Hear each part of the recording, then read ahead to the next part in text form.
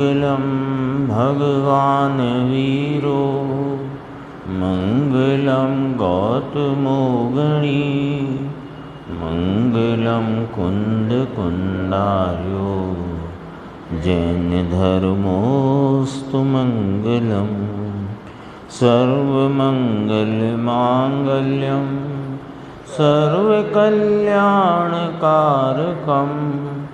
प्रधानं सर्वधर्माणां जैनं जयतु शासनम् सहजानंद चैतन्य प्रकाशाय महीयसे नमो अनेकांत विश्रांत महिमने परमात्मने। आचार्य कुंद कुंद देव द्वारा रचित यह पंचास्तिकाय संग्रह नाम का ग्रंथ और इसकी 8वीं गाथा की स्वाध्याय अपन ने कल प्रारंभ की थी। टीका का एक पैराग्राफ भी अपन ने पढ़ा था, तो अभी आज अपन टीका दोबारा से थोड़ी पढ़ के उस विषय से दोबारा जुड़कर आगे इसकी चर्चा स्वाध्याय प्रारंभ रखते हैं। टीका में कहा उत्थानिका के रूप में कि यहाँ अस्तित्व का स्वरूप कहा है। अस्तित्व किसे कहते हैं? दूसरी पंक्ति में कहा अस्तित्व यानी सत्ता नामक सत का भाव, यानी कि वस्तु का सत्व रूप, उसका होना पना, है पना, उसका विद्यमान पना। नीचे फुटनोट भी दिया है। सत्व माने सतपना, अस्तित्वपना, विद्यमानपना, अस्तित्व का भाव, है ऐसा भाव, होना पना। तो कहा, अब इसको इधर से देखो, सत्व को माने विद्यमानपना, होना पना, है। तो है ऐसा भाव वो सत का भाव है, और सत है वो सत्ता का भाव है। सत्ता नामक सत, यानी सत को ही सत्ता कहते हैं, उसी को अस्तित्व कहते हैं। तो अस्तित्व का स्वरूप हुआ कि सत्ता रूप भाव वह अस्तित्व है। सत्ता माने विद्यमानपना, होनापना, है, ये भाव हुआ। अब कहा कि जो विद्यमान है, तो विद्यमान मात्र वस्तु ना तो सर्वथा नित्य रूप होती है और ना सर्वथा क्षणिक रूप होती है। यानी वस्तु कथनचित नित्य, कथनचित अनित्य है।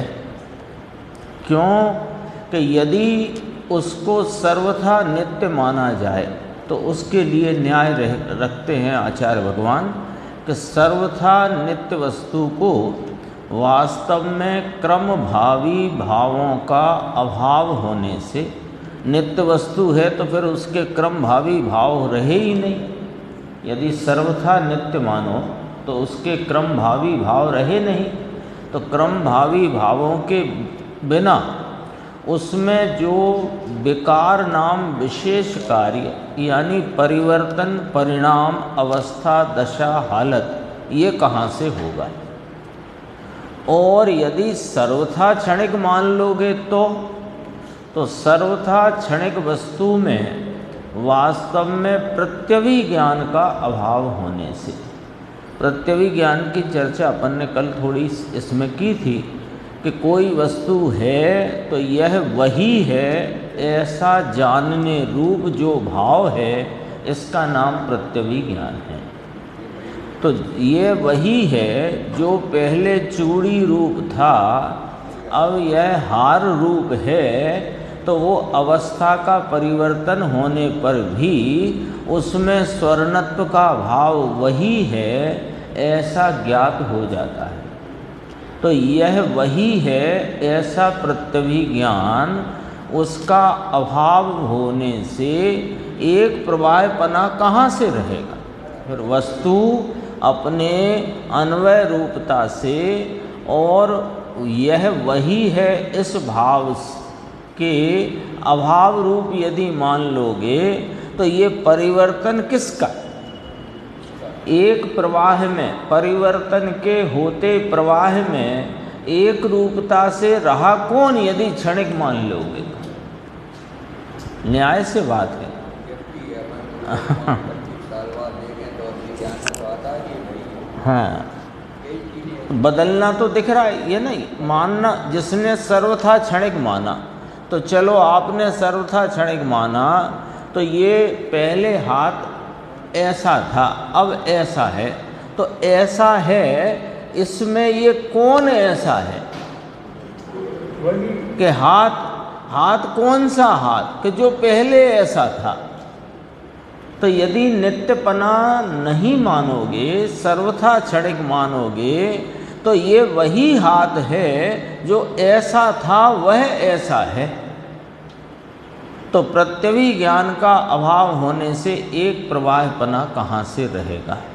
इसलिए प्रत्यवी ज्ञान के हेतुभूत किसी स्वरूप से ध्रुव रहती हुई और किन्हीं दो क्रमवर्ती स्वरूपों से नष्ट होती हुई तथा उत्पन्न होती हुई वस्तु ऐसी सिद्ध हुई।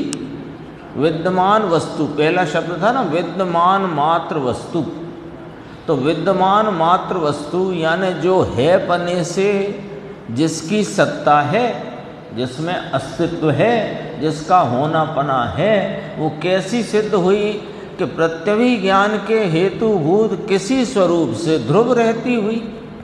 अपने जैसे यह जड़ रहता हुआ और चेतन रहता हुआ, तो किसी स्वरूप से ध्रुव रहती हुई और किन्हीं दो क्रमवर्ती स्वरूप, कौन से दो क्रमवर्ती स्वरूप कि नष्ट होता हुआ भाव और उत्पन्न होता हुआ भाव है ना। एक ही समय में, कल अपन ने चर्चा की, एक ही समय में उसका ध्रुवत्व भी है और उस ही समय में उसका पूर्व परिणाम का अभाव है और वर्तमान परिणाम का भाव है। तो तीन है हुए। एक प्रत्यवी ज्ञान का हेतुभूत ध्रुवपना रूप है और वही वस्तु पूर्व परिणाम के अभाव रूप है और वही वस्तु वर्तमान परिणाम के भाव रूप है। तो तीन है हुए, एक है के तीन है। एक ही सत्ता के तीन विस्तार, तीन अंश, तीन पर्याय, कुछ भी कह सकते। पर्याय शब्द का प्रयोग क्यों किया ध्रुव के साथ कि वह उसका भेद है, भेद होने से उसे अंश। एक आया था प्रश्नोत्तर अपने, भेद रूपता से देखो तो यह ध्रुव स्वरूप द्रव्य भेद रूप होने से अंश है और उसी को अभेद पने देखो तो अंशी है। ये तो गुरुदेव की कृपा अपने ऊपर बहुत है, विशाल कृपा है, अपार कृपा है। एक एक भाव का इतना स्पष्टीकरण अपने सामने रखा है उन्होंने। देखो सच कहते हैं, नहीं गुरुदेव ना हो तो ये अमृतचंद्र आचार्य की टीका की 2 लाइन समझ में आना मुश्किल पड़ जाए। देखो कितनी उनकी अपने ऊपर कृपा है। प्रत्यवी ज्ञान के हेतुभूत किसी स्वरूप से ध्रुव रहती हुई, किन्हीं दो क्रमवर्ती स्वरूपों से नष्ट होती हुई तथा उत्पन्न होती हुई विद्यमान मात्र वस्तु, बात तो उसकी चली थी ना।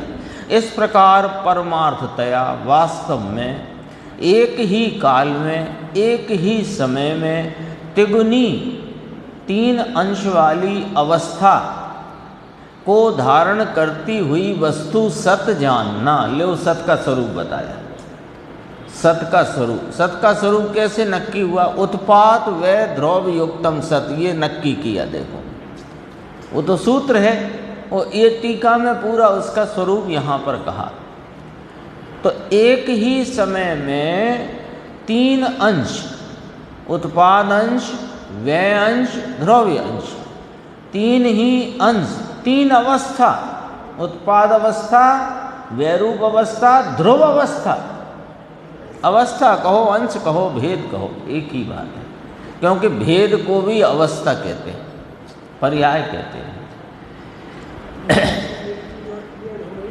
अपन उत्पाद भगवान की जनरली अपना एक आशंका ये रहती है साहब उत्पाद व एक ही पर्याय में कैसे घटित होता है। तो ये देखा दो क्रमवर्ती स्वरूपों से व्यय रूप भाव और उसके क्रम में होता उत्पाद रूप भाव, व्यय पूर्वक उत्पाद और उत्पाद पूर्वक व्यय, ये प्रवचन सार में चर्चा आई है। यदि अलग अलग पर्याय माने जाएंगे तो एक समय फिर पर्याय बिना का तरफ देखना पड़ेगा। हाँ, क्योंकि जिस समय व्यय हो गया उस समय उत्पाद नहीं है तो फिर पर्याय कहाँ है।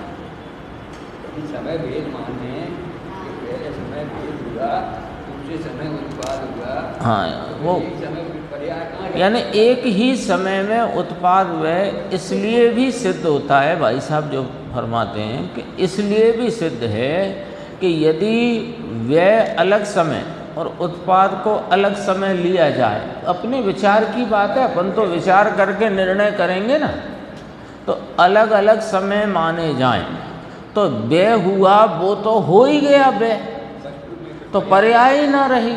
तो उस समय में द्रव्य बिना पर्याय का, फिर अगले समय में नई पर्याय का उत्पाद हुआ तो फिर पर्याय वाला, फिर बिना पर्याय का, फिर पर्याय वाला, तो ऐसा तो वस्तु का स्वरूप नहीं है।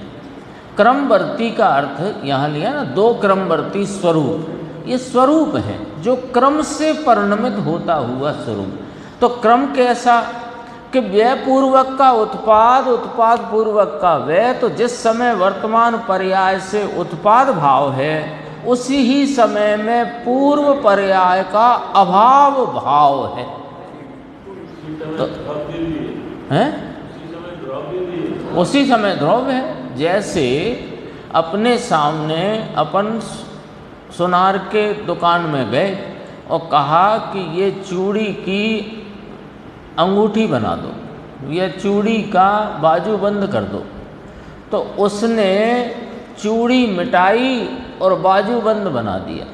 अब बाजूबंद रूप जो भाव है कि नहीं, उस समय बाजूबंद का अभी क्या दिख रहा है आपको, बाजूबंद, बाजूबंद का उत्पाद और चूड़ी का अभाव, और सोना वही, सोना वही है ना, सोना तो वही है, सोना अलग से न खरीदा न मिलाया न हटाया, वही है, तो सोना ध्रुव रहा। तो बाजूबंद को देखो अकेला, तो बाजूबंद में बाजूबंद का उत्पाद, चूड़ी का व्यय और सोने का ध्रुवपना, तीनों एक समय में दिखे कि नहीं दिखे, है कि नहीं। ये वाली बात कही। प्रत्यवी ज्ञान का हेतुभूत कौन, वो दृष्टांत में लेते हैं। प्रत्यवी ज्ञान का हेतुभूत वो सोने का स्वर्णत्व, वो उस स्वरूप से, स्वर्णत्व स्वरूप से ध्रुव रहता सोना, और किन्हीं दो क्रमवर्ती स्वरूपों से नष्ट होती हुई और उत्पन्न होती हुई। तो चूड़ी पने नष्ट होता हुआ और बाजूबंद पने उत्पन्न होता हुआ, कौन के वही सोना। तो तीन अंश, स्वर्णत्व और चूड़ी का अभाव, उसी समय में बाजूबंद का भाव, तीन अंश को धारण करती हुई जो वस्तु है, पदार्थ है, वो सतरूप है, ऐसा जानना। अब कहा इसलिए सत्ता भी वस्तु का सत सिद्ध किया, तो उसका जो सत्ता रूप भाव है, अस्तित्व, वह भी उत्पाद व द्रव्यात्मक त्रिलक्षणा जानना। क्योंकि भाव और भाववान का कथनचित एक स्वरूप होता है। कथनचित क्यों कहा, इस पे अपन ने कल संक्षेप में चर्चा की थी कि सर्वथा एक स्वरूप यूँ नहीं है कि भाव और भाववान, भाव भाववान के आश्रित है, भाववान भाव का आश्रय है। तो आश्रय और आश्रित पने का, गुण और गुणी का जो भाव भेद है, उस अपेक्षा तो भिन्नता जानना, और प्रदेशों के अपृथक पने से भाव और भाववान एक ही वस्तु, एक ही सत्ता का स्वरूप है, इसलिए उनमें कथनचित एक स्वरूप पना नक्की होता है। एक पॉइंट हुआ, यहाँ तक अपनी चर्चा आई थी। अब आगे बढ़ते हैं। अब ये जो सत्ता नक्की करी ना, सत्ता को बराबर न्याय से यहाँ नक्की किया और 3 लक्षण से उस सत्ता का स्वरूप यहाँ पर स्थापित किया। अब क्या कहते हैं? और वह सत्ता एक है, एक है। यहाँ महासत्ता की बात की जा रही है, आगे आएगी वो खुलासा टीका में ही। तो अपन थोड़ा विचार में लेके चलते हैं कि यहाँ एक क्यों कहा। महासत्ता, वह सत्ता एक है क्योंकि वह त्रिलक्षण वाले समस्त वस्तु विस्तार का सादृश्य सूचित करती है। ये सत्ता लिखा ना ब्रैकेट में, वह सत्ता। तो अब यहाँ से ही अपन विचार में ले लो, वह महासत्ता एक है। महासत्ता माने जगत के अनंत पदार्थों का होनापना, एक महासत्ता है। तो एक महासत्ता क्यों कह रहे हो कि सुनो, वो सर्व पदार्थों में 3 लक्षण है ना, सब पदार्थ सतरूप हैं, तो उनमें 3 लक्षण नक्की हुए कि नहीं हुए, उत्पाद व द्रव्य। तो वे सब उत्पाद व द्रव्य रूप वाला जितना वस्तु विस्तार है, जितने अनंत द्रव्य हैं, वे सब सतरूप हैं। जीव सत, पुद्गल सत, धर्मास्ति सत, अधर्मास्ति सत, आकाश सत, काल सत, तो सब में सतपना सूचित हो रहा है। सादृश्य, सब एक समान सतरूप ज्ञात होते हैं।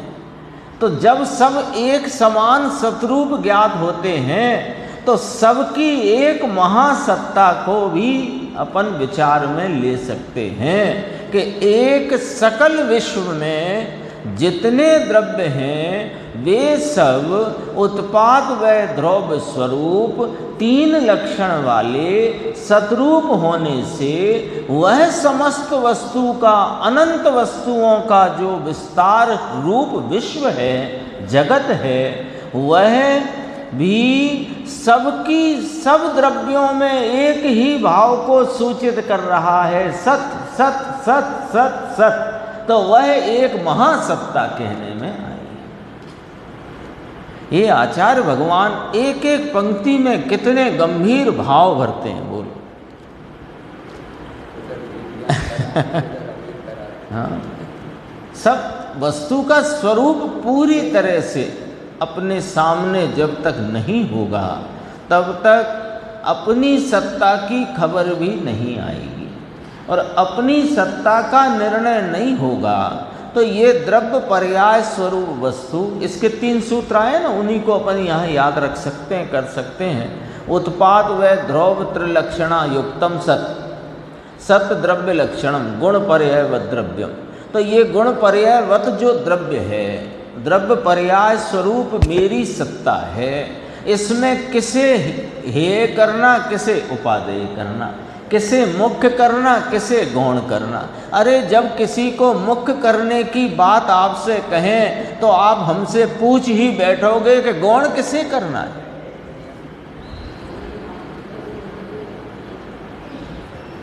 हमने आपसे कहा इधर ही जाना है तो आप पूछ बैठोगे कि किधर नहीं जाना। तो जब तत्व विचार में, निर्णय की भूमिका में जब यह विचार कराते हैं, प्रयोजन की मुख्यता से यह बात बताते हैं कि एक रूप स्वरूप परिपूर्ण रहने वाला ध्रुव गायक भगवान वही एक दृष्टि का विषय है। अच्छा, तो वही है तो फिर दृष्टि के विषय में क्या नहीं है वो भी तो जानना जरूरी हो गया। ऐसी आधी चिंदी लेकर दौड़ नहीं सकते हो आप। ये तो गुरुदेव श्री को समय सार ग्रंथ की अंतर में इतनी महिमा थी कि 45 वर्षों तक एक दिन नागा किए बिना उन्होंने समय सार वांचना नहीं छोड़ा। कभी कलश टीका भी ली उसी बीच में, पर है तो समय सारी।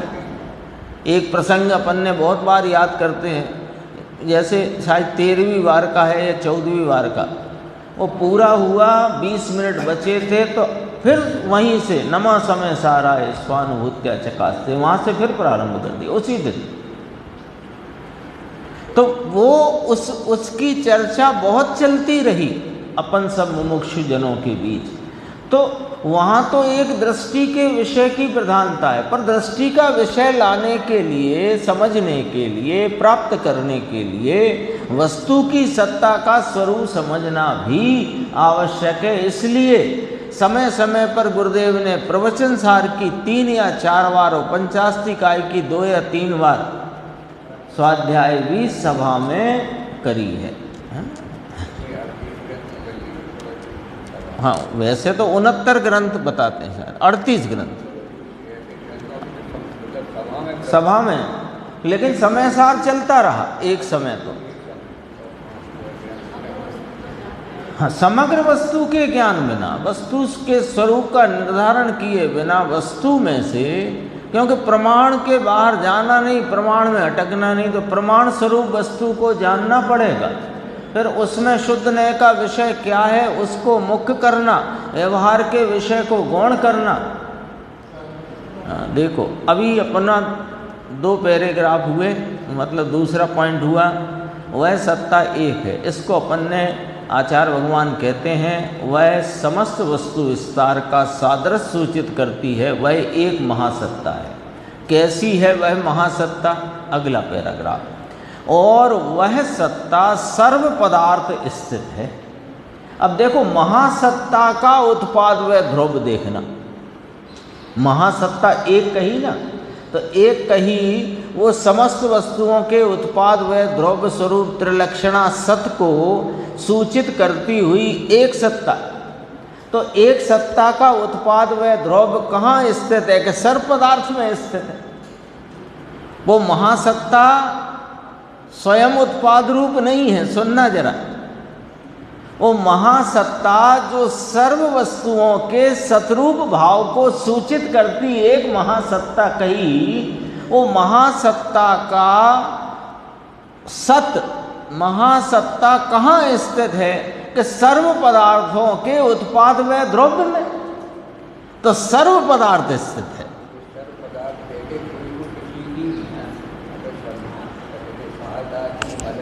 हाँ, वो बात कहेंगे आगे। हाँ, वो अवान्तर सत्ता कह करके वो बात बताएंगे। अभी तो महासत्ता को ही देखो आप, और कुछ ही मत देखो। महासत्ता खुद उत्पन्न होती है क्या? कि ना, वो तो समस्त वस्तु विस्तार के सादृश्य रूप सतपने को सूचित करती, वह जो एक महासत्ता है वो सर्व पदार्थों में स्थित है। क्योंकि सर्व पदार्थ उत्पाद व द्रव्य स्वरूप 3 लक्षण से परिणमित हैं, तो ये सत्ता कहाँ स्थित है? कि सर्व पदार्थों में स्थित है। क्योंकि उसके कारण ही, उस एक महासत्ता के कारण ही सर्व पदार्थों में त्रिलक्षण की, उत्पाद व द्रव्य की, सत ऐसे कथन की तथा सत ऐसी प्रतीति की उपलब्धि होती है। वो एक महासत्ता है, उसके कारण से सब पदार्थ हैं, सब पदार्थ कहाँ? कि इस विश्व में, इस लोक में, इस जगत में, वे इस जगत में जो पदार्थ हैं वे 3 लक्षण वाले उत्पाद व द्रव्य स्वरूप हैं। तो वो उनमें सतपना है। क्यों? कहाँ है आया ना। वे सर्व वस्तुएं कहाँ हैं? तो हैं। तो वो उसको कौन सूचित कर रहा है? कि वो एक महासत्ता।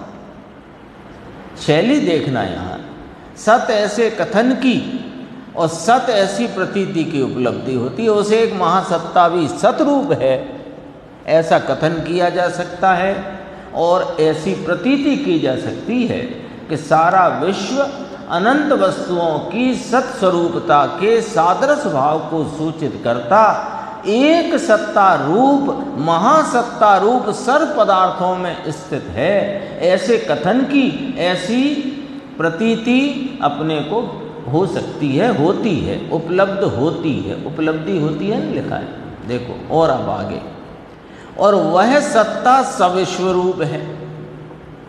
पॉइंट याद रखना थोड़े से बस। पहले उसको एक कहा, त्रिलक्षणा सिद्ध किया पहले, फिर एक कहा, फिर सर्व पदार्थों में स्थित कहा, तीन बातें आ गई। अब चौथी कहते हैं वह सत्ता सविश्वरूप है। वह क्योंकि वह विश्व के रूपों सहित यानी समस्त वस्तु विस्तार के त्रिलक्षण वाले स्वभावों सहित वर्तती है।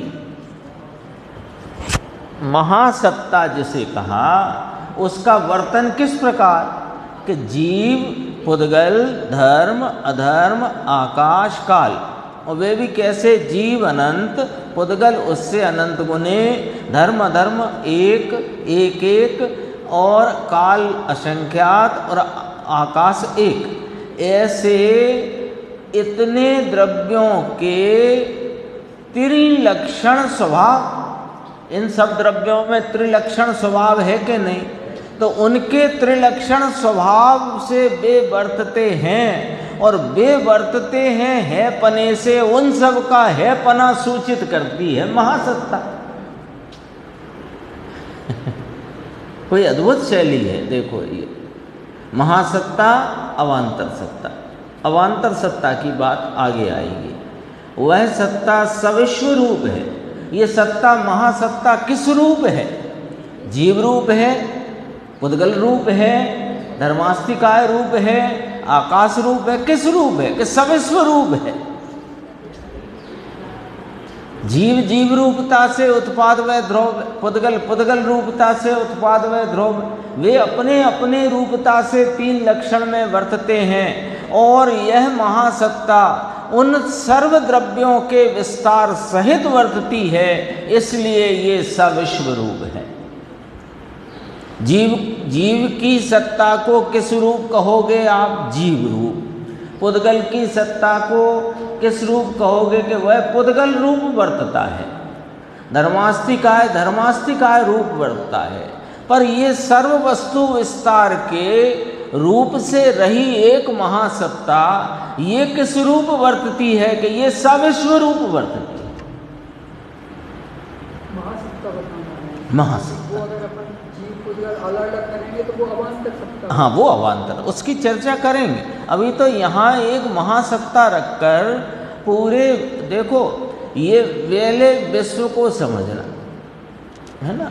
चिट्ठी आती है अमेरिका से यहाँ, तो उसमें भारत, इंडिया जब तक नहीं लिखा हो तो वह अपने गंतव्य तक पहुँच नहीं सकती। अशोकनगर लिख दो अकेला तो पहुँचेगी नहीं। इंडिया, मध्य प्रदेश, जिला, मुकाम, गली, मोहल्ला, मकान नंबर, और जिसके घर जाना उसका नाम है कि नहीं? तो अपने को तो यहाँ आना है, यहाँ आना है। तो ये कहाँ है? कि विश्व में। तो पहले विश्व की व्यवस्था तो समझ लो।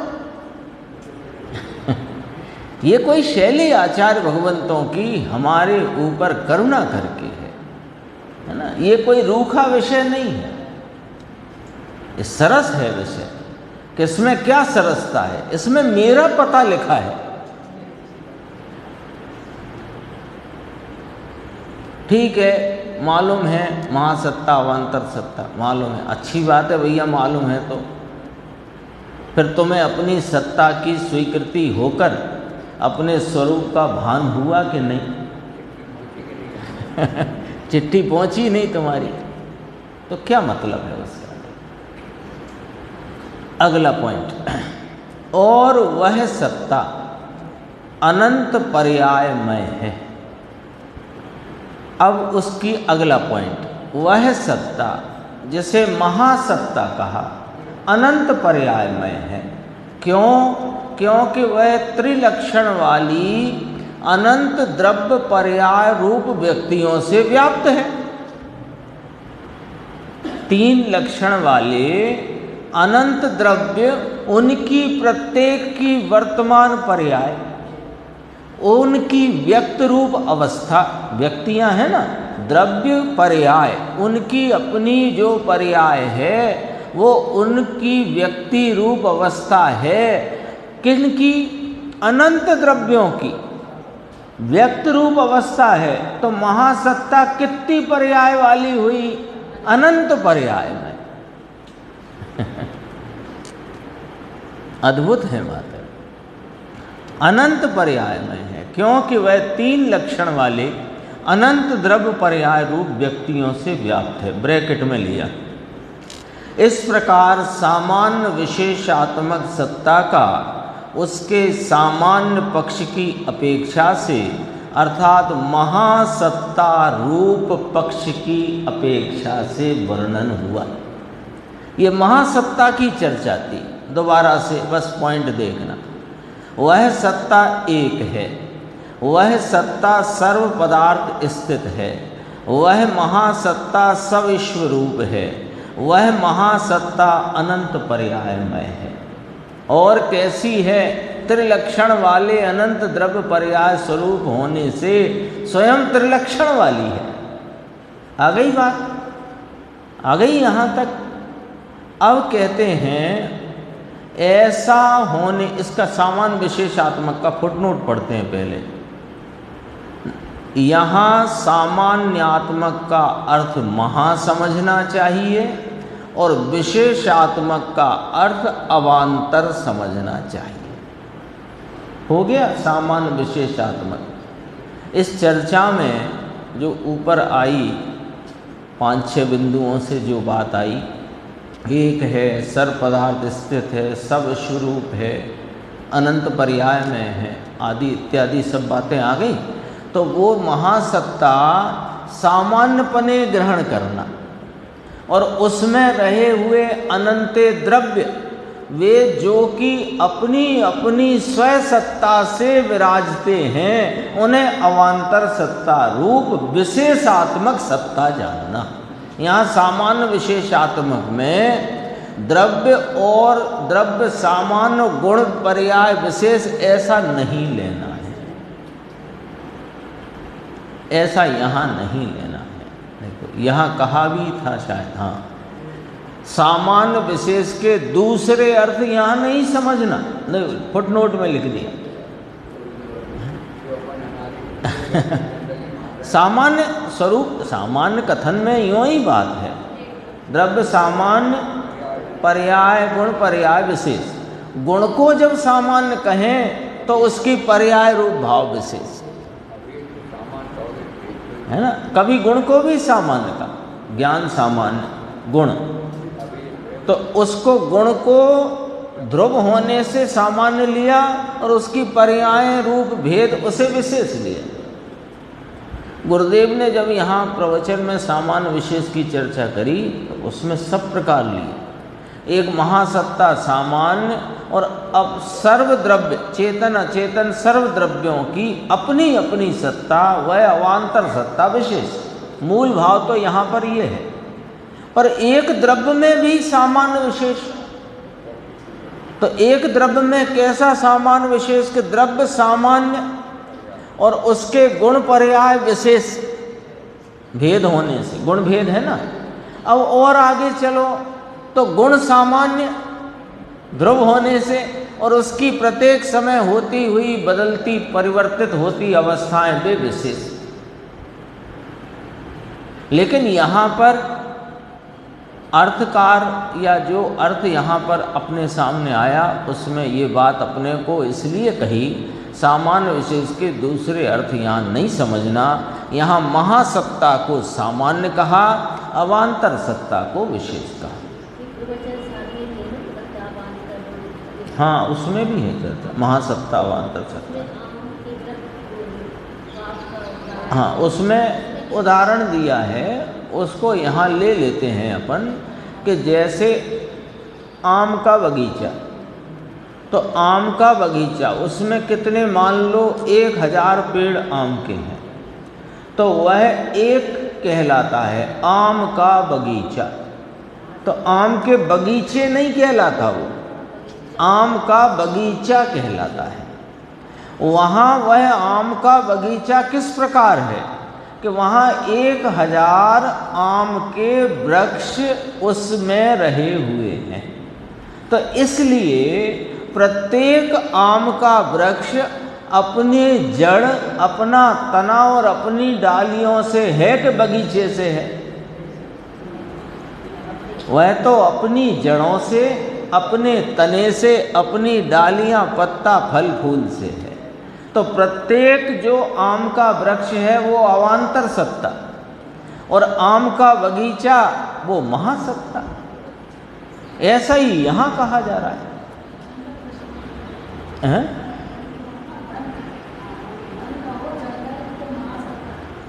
हाँ, अरे बगीचा कह दो कि वन कह दो, एक ही बात। हाँ, वो एक, वहाँ भिन्न भिन्न प्रकार के ले लो, आम, अमरूद, नीम, जामुन, ऐसे ले लो, उसे जंगल कहना। और उसमें सब वृक्ष अपने अपने मूल, तना और डालियों से हैं, वे अवान्तर सत्ता। बात तो वही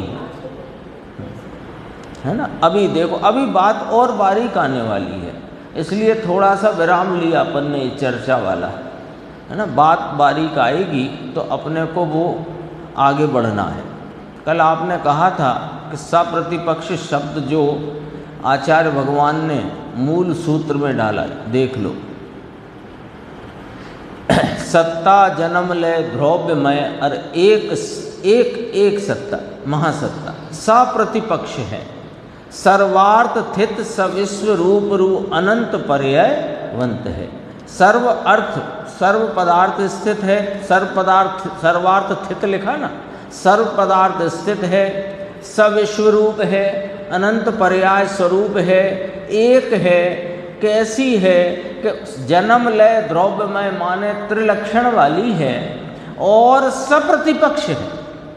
सप्रतिपक्ष पर से ये महासत्ता अवान्तर सत्ता की बात टीकाकार आचार्य भगवान ने यहाँ पर रखी। देखो, अब उसी पे अपनी चर्चा आती।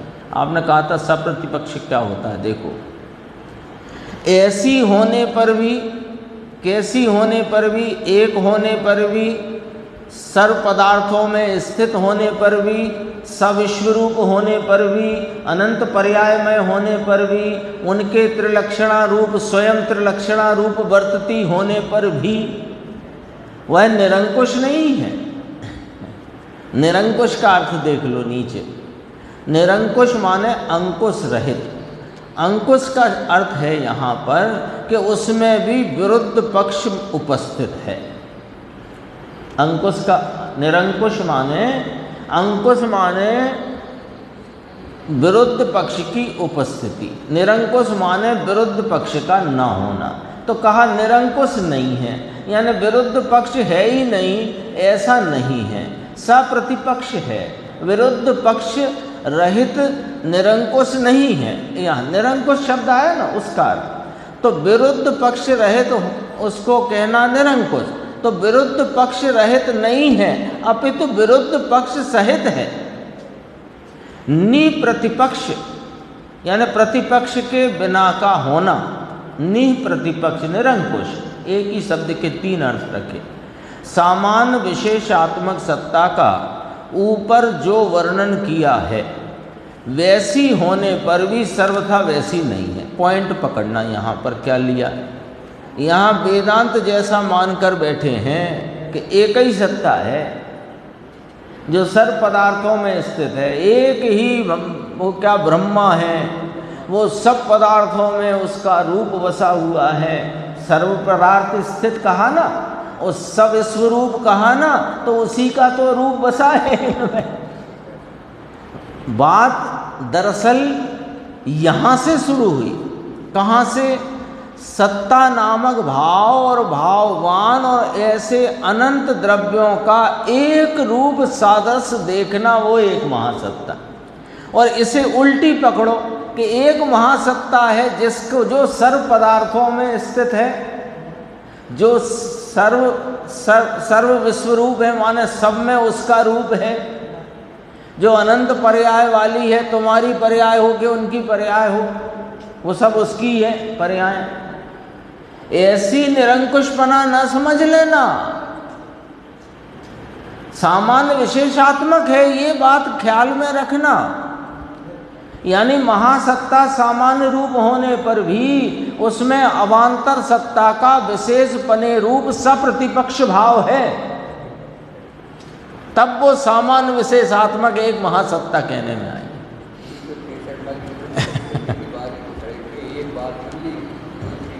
बात का समग्र स्वरूप जब तक ख्याल में नहीं लिया जाएगा, निर्णय में नहीं लिया जाएगा, युक्ति और न्याय के अवलंबन से यहाँ सेट नहीं किया जाएगा, तो कोई कहेगा हमें क्यों सेट करना, हम तो सर्वज्ञ जो कहें सो माथे हो। तो तुम्हारा माथा ऐसा है कि कोई सर्वज्ञ के नाम पे कुछ और कह जाए तो और मान लोगे,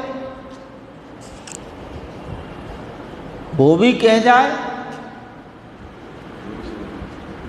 कुछ भी बाँचने लगे और कहने लगे मूल ग्रंथ कर्तारम सर्वज्ञ देवा, हम तो उनकी कह रहे हैं, और कुछ और समझा जाए, हो सकता है। इसलिए हर बात का निर्णय बराबर युक्ति और न्याय से अपने को अपने हित के लिए अपनी बुद्धि में करना है। तो कोई कहे कि इतनी हम क्यों बुद्धि लगाएं, कि तुम बुद्धि लगाओ तो सही पहले, फिर वो लग करके समझ में कैसे आएगी उसके लिए गुरुदेव बैठे ना अपने पास, वे बिल्कुल पतला करके समझा देंगे, चिंता क्यों करते। पर एक बार शुरू तो करो समझना। देखो कहाँ था, फुटनोट पढ़ रहे थे अपन। तो वैसी होने पर भी सर्वथा वैसी नहीं, यानी एक कही सर्व पदार्थ स्थित कही, सविश्वरूप कही, अनंत पर्याय रूप कही, ऐसी होने पर भी सर्वथा वैसी मत मान लेना कि एक ही है बस, या सर्व पदार्थों में स्थित है तो सबकी सत्ता अपने अपने में भी स्थित है, अनंत पर्याय में है तो सब द्रव्य अपनी वर्तमान पर्याय से परिणत है, ऐसा है तो ऐसा ही मत मान लेना सर्वथा।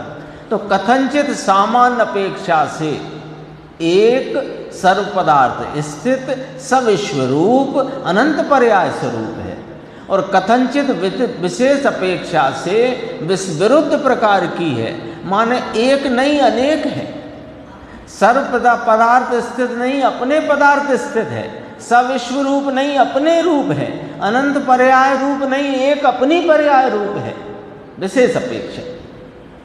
वस्तु के सामान्य स्वरूप नहीं है और विशेष स्वरूप नहीं है। हाँ, कथनचित सामान्य। तो वस्तु को यहाँ सर्व वस्तुओं के सादृश्य विस्तार को एक रूपता से देखो तो वह महासत्ता सामान्य और उसमें रहे हुए अनंत चेतन अचेतन पदार्थ वे विशेष रूप से अवान्तर सत्ता हैं। हो गई बात, वो जंगल की भी हो गई और बगीचे की भी हो गई। ठीक है, अब अपन आगे बढ़ते हैं। सप्रतिपक्ष का अर्थ भी नीचे लिखा है, ये भी पढ़ चलते हैं। प्रतिपक्ष सहित, विपक्ष सहित, विरुद्ध पक्ष सहित। तो अब यहाँ से अपनी बात चलती थी। ऐसा होने पर भी, यानी जैसी महासत्ता का स्वरूप कहा वैसा होने पर भी वह महासत्ता वास्तव में निरंकुश नहीं है, किंतु सप्रतिपक्ष है, विरुद्ध पक्ष सहित है। सत्ता को कैसी है विरुद्ध पक्ष, कि सत्ता को असत्ता प्रतिपक्ष है, त्रिलक्षणा को आत्रिलक्षणा प्रतिपक्ष है, एक को अनेकपना प्रतिपक्ष है, सर्व पदार्थ स्थित को एक पदार्थ स्थितपना प्रतिपक्ष है, सविश्व रूप को एक रूपपना प्रतिपक्ष है, अनंत पर्यायमय को एक पर्यायमय पना प्रतिपक्ष है। ये प्रतिपक्षी हुए कि न हुए? न हुए क्या? अनंत पर्याय का प्रतिपक्ष एक पर्याय, सविश्व का एक रूप पना, सर्व पदार्थ स्थित का एक पदार्थ स्थित पना, एक पने का अनेक पना, त्रिलक्षणा का अत्रिलक्षणा, सत्ता का असत्ता, ये सब प्रतिपक्षी भाव है। ठीक है। अब हाँ, तो सामान्य पने वह एक है। सामान्य पने जो सत्ता कही वह विशेष पने असत्ता है। जैसे अपन द्रव्य में लगाएं, ये द्रव्य स्वरूपता से, ऐसे भेदा भेद कहा ना, तो द्रव्य स्वरूपता से अभेद रूप है, तो सामान्य पने अभेद रूप है, विशेष पने भेद रूप है। ठीक है। तो सामान्य की अपेक्षा अभेद है और विशेष की अपेक्षा भेद रूप है, तो प्रतिपक्षपना इसमें घटित हुआ। ऐसे ही पूरी महासत्ता की बात कही। अभी देखो, इसमें अपन एक पैराग्राफ और पढ़ेंगे, फिर भावार्थ पढ़ेंगे, फिर इसके 6 टीका के पॉइंट पढ़ेंगे। भावार्थ से अपने को सरल पड़ेगी बात।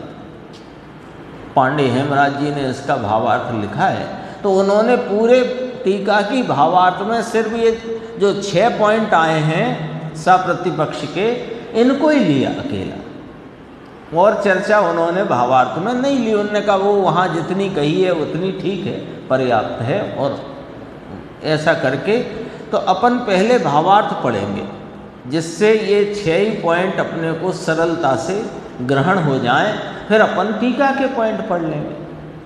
पहले ये पढ़ लेते हैं जो ब्लू कलर में दिख रहा है आपको। उपर्युक्त सप्रतिपक्षपना स्पष्ट समझाया जाता है। सत्ता द्विविध है।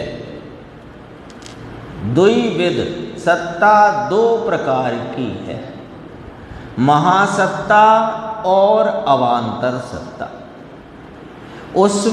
उनमें सर्व पदार्थ समूह में व्याप्त होने वाली सादृश्य अस्तित्व को सूचित करने वाली महासत्ता सामान्य सत्ता तो कही जा चुकी है ऊपर। दूसरी प्रतिनिश्चित नाम एक एक निश्चित वस्तु में रहने वाली। जीव अनंत, पुद्गल अनंता अनंत, धर्मास्ति अधर्मास्ति, आकाश एक एक, काल लोक प्रमाण संख्या। ठीक है, इतनी संख्या हो गई ना। गिनती कितनी हुई?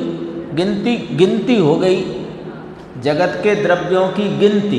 जीव अनंत, पुद्गल अनंता अनंत, धर्मास्ति अधर्मास्ति, आकाश एक एक, काल लोक प्रमाण असंख्य, हो गई गिनती। वे सब एक एक निश्चित वस्तु में रहने वाली स्वरूप अस्तित्व को सूचित करने वाली अवान्तर सत्ता, वह विशेष सत्ता जानना। बोलो साहब, क्या फर्क पड़ा पूरी 4 पंक्तियों में? कि जो सादृश्य अस्तित्व को सूचित करे सो महासत्ता, और स्वरूप अस्तित्व को सूचित करे सो वह अवान्तर सत्ता। दोबारा से, सादृश्य माने सब सतरूप हैं, सब सतरूप हैं, ऐसे भाव को सूचित करे, वह सादृश्य सतपने को सूचित करती महासत्ता। और स्वरूप सत्ता या स्वरूप अस्तित्व को सूचित करने वाली अवान्तर सत्ता, सादृश्य अस्तित्व को सूचित करने वाली सामान्य सत्ता, और स्वरूप अस्तित्व को सूचित करने वाली विशेष सत्ता। तो 2 शब्द आ गए, महासत्ता, अवान्तर सत्ता। ठीक है ना। जैसे बहुत सरल उदाहरण है, जंगल का भी आ गया, बगीचे का आ गया, अपनी इस सभा का ले लो। अपनी सभा है तो इसको सब सादृश्य भाव से देखो, सब यहाँ स्वाध्याय कर रहे हैं, इस भाव से देखो तो ये स्वाध्याय सभा एक सामान्य बनी। तो स्वाध्याय सभा कितनी है यहाँ? कितनी स्वाध्याय सभा कही जाएंगी? एक ही कही जाएगी ना, अनेक तो नहीं कही जाएंगी। तो सादृश्य भाव को सूचित करती यह स्वाध्याय सभा, और इसमें रहा हुआ प्रत्येक साधर्मी स्वाध्यायी वह अपनी अपनी सत्ता से यहाँ ही है कि कहीं और है, यहाँ ही है। तो उसमें विशेष पने देखो तो फला फला फला फला फला फला फला, तो सबकी उनकी वह विशेष सत्ता, अवान्तर सत्ता या स्वरूप सत्ता की सूचित करता हुआ भाव हो गई। ये 4 पंक्ति में महासत्ता अवान्तर सत्ता की बात समझ में आ गई। महासत्ता को क्यों महासत्ता कहा, क्यों उसे एक कहा, क्यों उसे सर्व पदार्थ स्थित कहा, क्यों उसे सविश्वरूप कहा, क्यों उसे अनंत पर्याय में कहा। और वहाँ जो जितने द्रव्य हैं जिनका सादृश्यपना देखकर महासत्ता कहा था, वे सब द्रव्य स्वरूप अस्तित्व वाले हैं। तो उनका स्वरूप अस्तित्वपना होने से वे विश्व में अनेक हैं और अपने अपने पदार्थ स्थित हैं, अपने अपने रूप हैं, अपनी पर्याय में हैं। तो ये प्रतिपक्ष भाव आ गया कि नहीं आ गया। तो ऐसी महासत्ता निरंकुश नहीं है, सप्रतिपक्ष है। ये बात को यहाँ समझाया कि सत्ता 2 प्रकार की है, सामान्य सत्ता, विशेष सत्ता, यानी महासत्ता, अवान्तर सत्ता। सादृश्य अस्तित्व को सूचित करती सत्ता, स्वरूप अस्तित्व को सूचित करती सत्ता। सरल है बात, यानी समझने में उपयोग लगा रहे तो सरल है, और उपयोग इधर उधर घूमने जाएगा तो बहुत कठिन है। अब अपन भावार्थ लेंगे, देखो। हाँ है,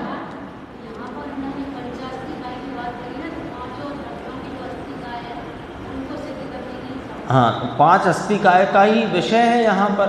फिर ये भी कह दिया कि 5 अस्थिकाय में हम काल भी एक अस्थि वाला द्रव्य है, भले कायत्व उसको नहीं है, लेकिन उसको भी इस 5 अस्थिकाय की चर्चा में हम शामिल करेंगे, और वो शामिल करना न्याय संगत है। ये बात भी आ गई है। वो तो विषय एक ही है ना। वहाँ ज्ञान तत्व प्रज्ञापन का जो विषय है प्रवचन सार में, वो इससे बिल्कुल जुदा है। वहाँ ज्ञान स्वभाव की, केवल ज्ञान स्वभाव की, वो उसकी सिद्धि करके ज्ञान भाव की सिद्धि करी। फिर ज्ञेय तत्व प्रज्ञापन में जो चर्चा है वो वाली चर्चा यहाँ पर है। फिर चरणानुयोग सूचक चूलिका की जो चर्चा है उसकी थोड़ी चर्चा इसमें भी है, और वहाँ विस्तार से। विषय एक ही है, लेकिन उसका अलग प्रकार विस्तार है, इस ग्रंथ का अलग प्रकार विस्तार है। देखो भावार्थ से पढ़ते हैं। सामान्य विशेषात्मक सत्ता के 2 पक्ष हैं। एक पक्ष वह महासत्ता, और दूसरा पक्ष वह अवान्तर सत्ता। महासत्ता अवान्तर सत्ता रूप से असत्ता है। ये इसमें बहुत बड़े बड़े न्याय छुपे हैं। ये दृष्टि के विषय को प्राप्त करने के जो न्याय समय सार में प्रस्तुत किए हैं, वे यहाँ से आए हैं।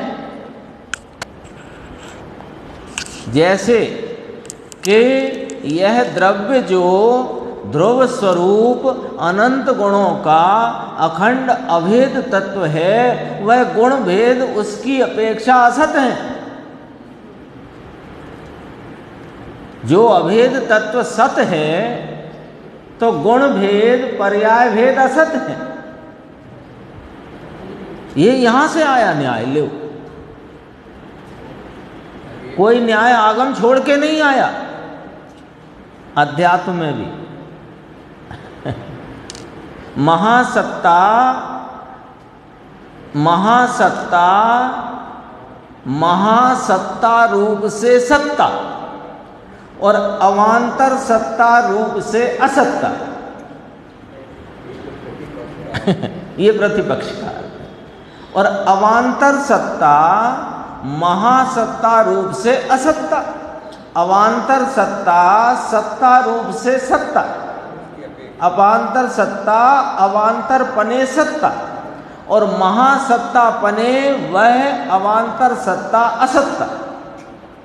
इसलिए यदि महासत्ता को सत्ता कहें तो अवान्तर सत्ता को असत्ता कहा जाएगा।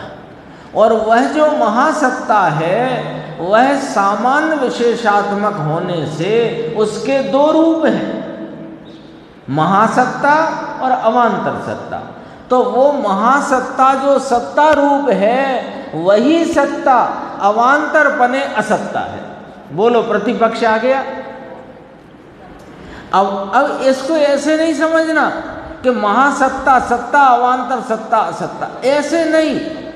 एक महासत्ता के दो रूप, एक सादृश्य अस्तित्व को सूचित करता महासत्ता पने का रूप और स्वरूप अस्तित्व को सूचित करता अवान्तर सत्ता का रूप। उन दोनों रूपों को एक साथ ख्याल में लो तो जो महासत्ता पने सत्ता है वह अवान्तर सत्ता पने असत्ता है। वो एक ही सत्ता की बात है, दो सत्ता ना रखना। एक सत्ता के दो ही विध, इसलिए पढ़ के आए हैं वहां पर। एक सत्ता के दो प्रकार हैं। ये भावार्थ के पॉइंट पढ़ते हैं, टीका के बाद में पढ़ेंगे। यदि समय लगेगा तो आगे पढ़ेंगे, लेकिन मैं सोच रहा हूँ कि सब प्रतिपक्ष का भाव अपने ख्याल में तो आ जाए, क्या कहना चाहते हैं। महासत्ता उत्पाद व्यय और ध्रुव ऐसे तीन लक्षण वाली है। सिद्ध करी ना पहले, सादृश्य अस्तित्व को सूचित करती महासत्ता, वह उत्पाद व्यय और ध्रुव तीन लक्षण वाली है। अब जरा समझना, इसलिए वह त्रिलक्षणा कही। महासत्ता को क्या कहा? त्रिलक्षणा। उत्पाद व्यय ध्रुव तीन लक्षण वाली होने से त्रिलक्षणा कही। अब वस्तु के उत्पन्न होने वाले स्वरूप का उत्पाद वह एक लक्षण और नष्ट होने वाले स्वरूप का व्यय ही एक लक्षण है और ध्रुव रहने वाले स्वरूप का ध्रुव ही एक लक्षण है। तो वो जो त्रिलक्षणा महासत्ता कही उसमें प्रत्येक लक्षण अपने अपने स्वरूप है। उत्पाद उत्पाद लक्षण स्वरूप, व्यय व्यय लक्षण स्वरूप, ध्रुवपना ध्रुव लक्षण स्वरूप। तो वे तीन लक्षणा अतिर्लक्षणा हो गए।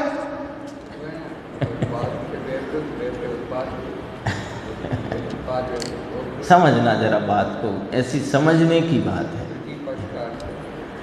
जो सत्ता महासत्ता त्रिलक्षणा सिद्ध करी, क्योंकि उसमें रहे सब पदार्थ किन्हीं वो प्रत्यवी ज्ञान के हेतुभूत किसी स्वरूप से ध्रुव रहती हुई तथा किन्हीं दो स्वरूप क्रमवर्ती स्वरूपों से व्यय होती तथा उत्पन्न होती हुई त्रिलक्षणा सत्ता। वो त्रिलक्षणा सत्ता में जो उत्पाद रूप जो लक्षण है वो उत्पाद रूप है, व्यय ध्रुव रूप नहीं। और व्यय लक्षण है वो उत्पाद ध्रुव रूप नहीं, और ध्रुव लक्षण है वो उत्पाद व्यय रूप नहीं। तो सबके लक्षण न्यारे न्यारे हुए ना। तो तीन लक्षण वाली जो महासत्ता वो आत्रिलक्षणा सिद्ध हुई।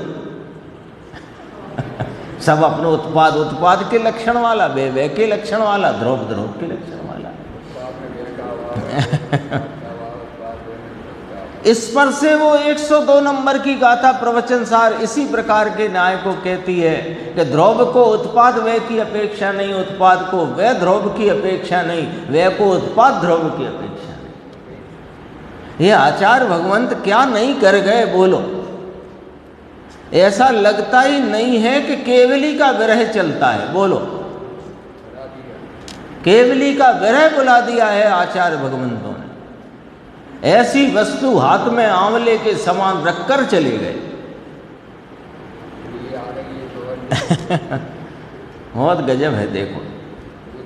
इसलिए उन तीन स्वरूपों में से प्रत्येक की अवान्तर सत्ता एक ही लक्षण होने वाली। अब वे अवान्तर कहलाए लक्षण, भिन्न भिन्न है ना, तो वे एक ही लक्षण वाले। उत्पाद उत्पाद लक्षण वाला है, व्यय ध्रुव लक्षण उसमें नहीं है। व्यय उत्पाद और ध्रुव लक्षण से रहित है, ध्रुव उत्पाद व्यय लक्षण से रहित है। इसलिए वो जो महासत्ता की द्विविधता में एक महासत्ता को त्रिलक्षणा देखते हैं, तो उसके विशेष भाव को देखें तो वो अत्रिलक्षणा है, यानी 3 लक्षण का अभाव। महासत्ता और अवान्तर सत्ता भी बदलती जाती है। उत्पाद व ध्रुव को जब महासत्ता कहेंगे तो उसका उत्पाद या व्यय और ध्रुव, उसको यहाँ अवान्तर कहा, तो विशेषात्मक में लेना है ना, स्वरूप को सूचित करती। उत्पाद सत, व्यय सत, ध्रुव सत, तो 3 अस्तित्व हुए ना, जो पहले आ चुकी बात, एक ही काल में। महासत्ता समस्त पदार्थ समूह में सत सत सत ऐसा समानपना दर्शाती है, इसलिए एक कही गई। और एक वस्तु की स्वरूप सत्ता अन्य किसी वस्तु की स्वरूप सत्ता नहीं है, इसलिए जितनी वस्तुएं उतनी स्वरूप सत्ताएं।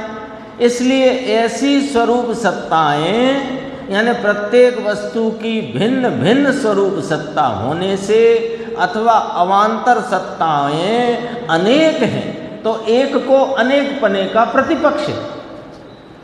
सर्व पदार्थ सत है, इसलिए महासत्ता सर्व पदार्थों में स्थित है। सर्व पदार्थ सत है, उस सत के सादृश्य स्वरूप को देखने पर एक महासत्ता कही, उसके द्वैविधपना सामान्य विशेष। तो महासत्ता सर्व पदार्थों में स्थित है, व्यक्तिगत पदार्थों में स्थित भिन्न भिन्न व्यक्तिगत सत्ता। मुझ जीव की न्यारी सत्ता, यहाँ रहे अन्य जीव की न्यारी सत्ता, और यहाँ रहा अनंत परमाणु, एक परमाणु की अपनी सत्ता, वहीं रहे दूसरे परमाणु की दूसरी सत्ता। विश्व तो बड़ा है, परंतु यहाँ समझने को थोड़े में ही देख लो। इसलिए उस पदार्थ की अवान्तर सत्ता उस एक पदार्थ में ही स्थित है। तो जो महासत्ता पने सर्व पदार्थ स्थित है, वही महासत्ता का विशेष पने अवान्तर पने वह सत्ता अपने अपने पदार्थों में स्थित है। इसलिए कहा, भावार्थ पहले पढ़ लेते हैं। 5वां, महासत्ता समस्त वस्तु समूह के रूप यानी स्वभाव सहित है। जो महासत्ता सर्व पदार्थों के सादृश्य भाव को सूचित करती है, वो सब वस्तु समूह के रूप वाली है। विश्वरूप, सविश्वरूप आया ना, तो वो जीवात्मक, पुद्गलात्मक, धर्मास्तिक, आयात्मक, अधर्मास्तिक, आयात्मक, आकाशात्मक, कालात्मक, सब स्वरूप से है वो महासत्ता। इसलिए वह सर्वरूप वाली सविश्वरूप है।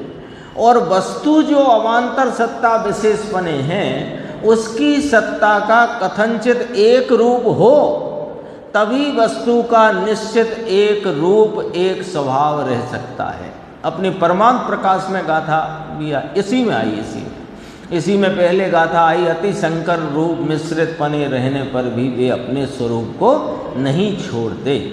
इसलिए प्रत्येक वस्तु की अवान्तर सत्ता निश्चित एक रूप वाली ही है। 6वां अंतिम पॉइंट, महासत्ता सर्व पर्यायों में स्थित है, क्योंकि प्रत्येक कितने जीव अनंत, पुद्गल अनंता अनंत, धर्म धर्म, आकाश के काल असंख्यात, ये सब जो हैं वे कैसे परिणम रहे हैं कि वे अपनी अपनी पर्याय से परिणम रहे हैं। तो सर्व पदार्थों को एक भाव से देखो तो वो अनंत पर्याय वाला हुआ महासत्ता।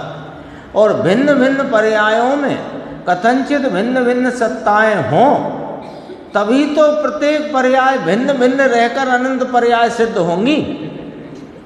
यदि महासत्ता को अनंत पर्याय सिद्ध किया तो प्रत्येक द्रव्य की अपनी अपनी एक एक पर्याय है और वे भिन्न भिन्न हैं, तब तो वे अनंत हुई।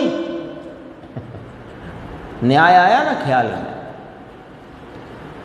तो प्रत्येक पर्याय भिन्न भिन्न रहकर अनंत पर्याय सिद्ध होंगी, नहीं तो पर्यायों का अनंत पना ही नहीं रहेगा, एक पना हो जाएगा।